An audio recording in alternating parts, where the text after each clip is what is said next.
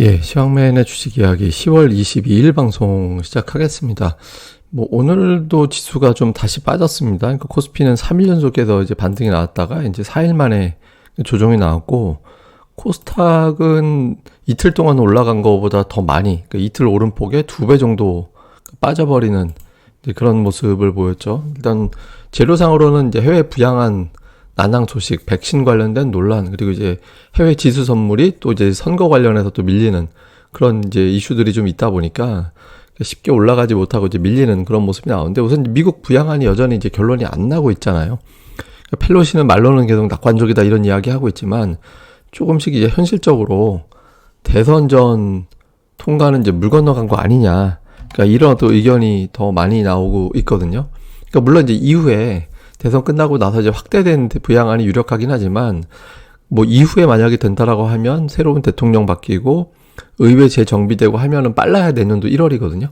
그러면 부양안 관련된 공백 기간이 1, 2개월 이상 늘어지게 되는 거니까, 그러니까 이 상황이 과연 이제 경제가 이제 버틸 수 있겠느냐, 이런 어떤 의구심이 나오게 된 거죠. 그래서 이게 이제 그 공백 기간을 과연 어떻게 볼 거냐, 그 이후에 더 큰 거 나오니까 상관없어 이렇게 볼 건지, 아니면 공백 기간만큼 그게 이제 불확실성으로 제기가 돼서 이제 경제가 나빠질 거니까 그 나빠지는 기간만큼 증시가 빠질 거야, 이렇게 걱정을 하게 되는 건지, 그러니까 이런 부분들에 대해서 이제 투자자들이 좀 불안하게 생각을 하게 된 거죠. 그리고 또 하나는 확진자가 워낙 증가하고 있는데, 지금 백신이 어제 같은 경우는 좀 긍정적인 뉴스가 있었잖아요.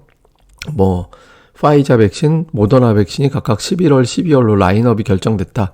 그러니까 이런 어떤 이제 뉴스가 있었는데, 오늘은 또 개장 전부터 제네카에서 만든 백신이 그 자발적 이제 자원으로 이제 임상 맞겠다라고 한 브라질 사람 하나가 이제 또 이제 사망했다라는 내용이 있었잖아요. 요게 이제 또 부담이 됐습니다. 근데 이게 이제 아스트라제네카도 1.8%밖에 빠지지 않은 데다가 일부 보도에 의하면 이 사람이 이제 백신을 맞고 사망한 게 아니라 그 위약을 맞은 거다, 이제 이런 어떤 보도도 있었거든요. 그러니까 이게 이제 백신하고 위약하고 반씩 나눠가지고 이제 접종을 하거든요. 그렇게 이제 딱 접종을 했다가, 왜냐면 이제 백신 모든 사람들이 다 백신 맞아서 무조건 나은 건지, 예방이 된 건지, 항체가 형성된 건지, 이걸 갖다가 우리가 파악할 수가 없잖아요. 그러니까 반반씩 나눠서 위약을 접종을 하고 일부는 이제 진짜 백신을 접종을 해서 자연적으로 생기는 비율과 백신 맞고 생기는 비율이랑 또 이제 좀 따져봐서 이 백신이 어느 정도 효과가 있구나, 이걸 또 가늠을 하는 거거든요.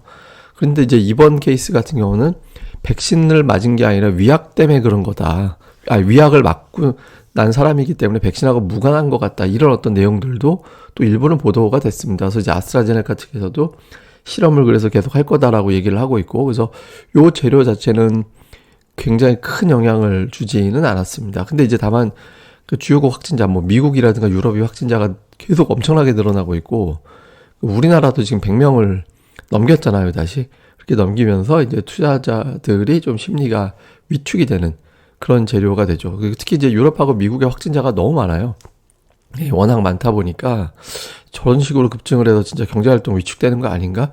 그러니까 이런 걱정을 하게 된 거죠. 그래서 요 부분이 이제 좀 부담이 됐고, 그 다음에 또 하나는 그 미국 대선 관련해서도 또 이제 주로 이제 밀리는 뉴스들이 많이 나왔거든요. 오늘 보면 이제 미국의 최근 여론조사 보면 트럼프하고 바이든 격차가 7.5% 정도까지 줄었어요. 이게 한때 한 10%까지 벌어졌었잖아요. 근데 지금 이 양쪽 지지율 평균치, 그러니까 지지율 평균치로 보는 건데, 이게 이제 보면 쭉 하고 이제 조금 각도상 좁혀져 있는 듯한 그런 모양이 나오고 있거든요. 그러니까 한때 10%였던 거 감안해 보면 상당히 축소된 거죠. 근데 이게 문제가 뭐냐면, 제가 오늘 자료를 보니까 4년 전 같은 날짜에 같은 기간, 그러니까 대선 마이너스 13일, 그러니까 이 기준으로 이제 조사를 했던 여론조사 결과를 봤더니 힐러리가 그때 당시 5.6%를 앞서고 있었어요. 4년 전에. 그러니까 5.6% 앞서고 있었는데 실제 투표에서는 뒤집어졌잖아요. 그러니까 트럼프가 이번에 이제 7.5% 뒤지고 있는데, 이거라고 결코 안심할 수 있는 게 아니다. 그러니까 이런 게 있고, 또 이제 트럼프 당선을 예측했던 이제 트라팔가르라는 그 기관이 있는데, 여기에서는 이번에도 트럼프가 이긴다라고 예측을 내놨다라는 거예요. 그러니까 샤이 트럼프 지지층을 집계하지 못하고 있다, 지금 여론조사는. 그래서 지금 판세가 반드시 트럼프가 진다 이렇게 할 수 없고, 오히려 이제 샤이 트럼프 지지층이 압도적으로 선거에 투표에 나온다면 이제 아마 이길 거다 이런 어떤 주장을 했거든요. 실제로 보면 어떤 이제 어떤 내용들이 보도가 되는 게 있냐면 지역별로 그러니까 미국은 선거할 때 그냥 무조건 우리나라 같은 경우는 그 나이에 해당이 되면 그냥 다 가서 투표를 하잖아요. 투표권이 있잖아요. 근데 미국은 그게 아니라 내가 유권자 등록을 한다 안 한다 이런 차이가 있다는 거예요. 그래서 유권자 등록을 한 사람들이 투표를 하는 건데 최근에 각 주별로 유권자 등록 추이를 보면 공화당 지지층들이 등록을 많이 하고 민주당 지지층들은 상대적으로 그 이제 비율이 낮다라는 거예요. 그러니까 공화당 쪽이 더 결집을 하고 있다라는 거거든요. 그러니까 이런 게 있고 또 하나는 이제 희한한 여론조사가 있나 봐요. 저도 이거 이제 오늘 이제 방송 보고 한 건데 그 미국에서 여론조사를 했는데 뭘 했냐면 당신은 누구를 찍을 거냐라고 물어봤더니 이거하고 비슷하게 나와서 막 50% 조금 더 되는 사람은 바이든, 40% 초반 정도 되는 사람은 트럼프 이렇게 이제 답을 했는데 요걸 조금 틀어서 질문을 했대요. 그럼 네 주변에서는 그러니까 누구를 찍겠다고 하냐? 이걸 갖다 또 이제 여론조사를 했더니 6대3 비율로 저 사람은 트럼프 찍는다는데 이렇게 나왔다라는 거예요. 그러니까 지금 대선 판도가 반드시 바이든이 이긴다라고 장담할 수는 없는 거다. 그러니까 이런 상황이 된 거죠. 그래서 이게 이렇게 되면 접전의 분위기가 나오고 그러면 트럼프가 불복하는 명분이 되는 거 아닌가? 그러니까 이걸 이제 투자자들이 걱정을 하게 된 거죠. 그래서 이게 이제 좀 매물의 요인으로도 요것도 이제 작용을 한 거죠. 그다음에 이제 또 하나는 제 장 초반부터 이제 미증시 선물이 약했잖아요. 그러니까 뭐 부양안이라든가 확진자도 있었지만 오늘 미국 언론에서는 미증시 선물 약세를 뭐라고 보도를 했냐면 이란과 러시아가 미국 대선에 개입하고 있다. 그러니까 이런 이제 정황을 미국 정보 당국에서 발표를 한 거예요. 예, 그래서 이제 이란 같은 경우는 이제 가짜 뉴스 같은 걸 이제 메일로 막 계속 보내가지고 뭐 트럼프가 잘못한 사람이다, 뭐 잘못됐다, 막 이런 걸 갖다 막 메일로 보내고 있고 러시아 같은 경우는 그 명단을 확보를 해가지고 그 명단을 확보해서 그걸 바탕으로 이제 저 유권자들 명단을 확보했다라는 거예요. 그래서 이 명단 확보해갖고 뭔가 또 하려는 거 아닌가?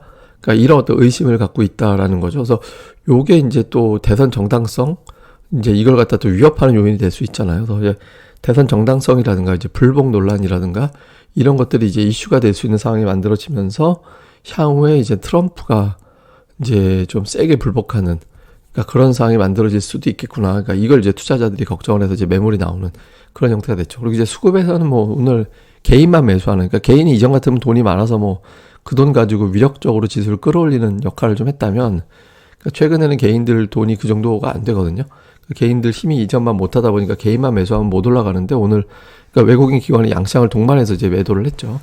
매도를 하면서 수급이 좀 불안정해지는 그런 모습을 좀 보였고, 그리고 이제 매수 들어가는 종목들도 잘 보면 오늘 외국인들이 그동안에 그렇게 정성 들여 매수했던 전기전자 업종 오늘 제일 많이 팔았거든요. 그리고 오늘 매수 들어간 게 뭐냐면 금융은행, 증권보험, 그러니까 금융주들 주로 매수했고 철강화학주 이런 것들 매수를 했거든요. 그러니까 이제 이 종목군들은 뭐냐면 저PBR주 또는 고배당주, 그러니까 이걸로 분류가 되는 거거든요. 그러니까 저PBR주, 고배당주로 자금이 가는 거는 이게 이제 강력한 주도주 장세가 아니라 이제 조금 이제 증시 상황이 쉽진 않다, 편안하지 않다 이런 걸 좀 의미하는 거거든요. 요게 이제 좀 수급에서도 요런 종목들에 매수가 들어가는 장은 별로지 뭐 이렇게 이제 인식이 되는 것도 있죠. 그러니까 어쨌든 근데 제가 계속 오늘 아침에도 말씀드렸습니다만은 시장이 좀 그 저PBR주 쪽으로 분위기가 좀 가는 것 같더라.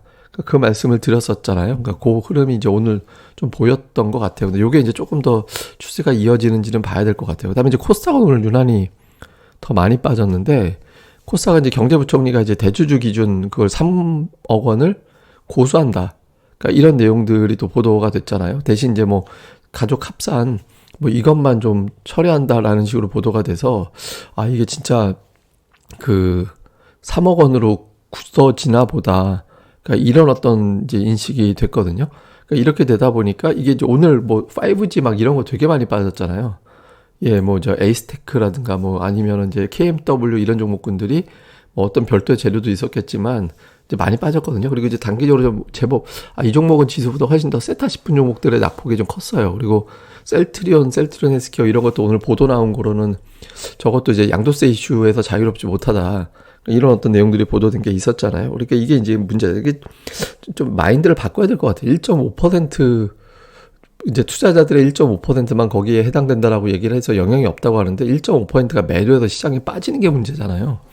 그러니까 약간 좀 현실적인 생각을 못하는 게 아쉽긴 한데 어쨌든 그 이슈가 있다 보니까 투자자들이 또 매도를 크게 이제 늘려버리는 그런 상황이 이제 만들어진 거죠. 그래서 요 부분이 시장에서는 좀 부담이 뒀다. 그래서 코스피 같은 경우는 미국 대선 같은 어떤 변수들, 코스닥 같은 경우는 이제 대주주 기준 논란, 이게 이제 전체적으로 좀 시장의 발목을 잡는 그런 양상이 됐던 것 같습니다. 근데 어쨌든 이제 단기적으로 보면 재료상 미국의 이제 대선이라든가, 그다음에 확진자 증가 추이라든가, 그러니까 이런 것들은 계속해서 이제 이슈가 될 수밖에 없거든요. 그래서 당분간 증시 자체는 변동성이 커질 수밖에 없는 그런 상황이에요. 예, 이제 변동성 계속 커질 수밖에 없는데, 다만 이제 어느 정도 가격 조정도 진행이 됐고, 신용이 3일 동안 4천억 원 이상 줄어드는 그런 상황이 됐거든요. 그래서 종목들별로는 오늘 조정이 비록 나왔다 하더라도 좀 가벼워질 수 있는 종목들도 많이 늘어났어요. 그래서 변동성이 이어지면서도 종목들별 반등 시도는 또 이어질 가능성이 높다라고 봐야 되기 때문에 지금은 이제 가격 조정이 제법 된 종목들, 그 중에서 이제 기관의 매수가 붙기 시작한 초기에 해당되는 종목군들, 그러니까 이런 종목들 중심으로는 계속해서 이제 관심을 가져 나가야 된다 이렇게 봐야 될 것 같고요. 그다음에 이제 내일 아침에 또 설명드리겠습니다만 오늘 결과적으로 보면 삼성전자가 이제 응원단 역할을 못했잖아요. 예, 오늘 응원단장 역할을 못하면서 이제 밀렸는데 다만 이제 6만 원에서 마감이 됐고 오늘 코스피 같은 경우는 이제 61선은 또 지켜냈어요. 61선 밑으로 내려갔다 그 위에서 또 마감이 됐거든요. 그래서 시장이 이제 반등 시도는 계속해서 하려고 계속 이제 움직임이 좀 나오긴 할 겁니다. 그래서 지금 뭐 시장을 아예 그냥 비관적으로 볼 필요는 없고 이제 지금 당장은 이제 저PBR주, 고배당주 이쪽으로 좀 가고 있는데 삼성전자가 또 버텨내면 다시 또 이제 수출 경기 민감주 쪽으로 또 판이 넘어갈 수도 수급이 또 잠시 이동할 수도 있어서 삼성전자를 내일 보면서 판단을 하자. 이렇게 보면 될 것 같습니다. 오늘 외국인 투자자들이 좀 이례적으로 좀 동시효과 매수를, 그러니까 결과적으로 순매도긴 한데 동시효과에 조금 물량을 좀 많이 치고받는 그런 모습들도 좀 나타났었거든요. 그래서 종가를 조금 살짝 올리는 시도는 있죠. 그러니까 외국인들이 이렇게 파는 분위기는 아닌 것 같고, 그리고 오늘 금융투자는 결국에는 또 매수로 들어왔거든요. 그리고 이제 개인들의 이제 매매가 마감 직전보다 개인 투자자들의 움직임이 조금 이제 코스피에서 한 800억 정도, 700억 정도 줄였어요. 예, 그래서 이제 막판에 또 물량을 사들인 게 기관하고 외국인들이었기 때문에 이제 뭐 시장이 터무니없이 계속 밀린다라기보다는 또 종목별 반등 시도는 계속 이어나갈 거다. 아까 말씀드린 대로 수급 개선 효과가 좀 뚜렷한 종목들 중심으로 계속해서 좀 관심을 높여나가는 그런 대응이 필요할 것 같습니다. 예, 그럼 오늘 하루 또 잘들 보내시고요. 저는 또 다음에 뵙도록 하겠습니다. 감사합니다.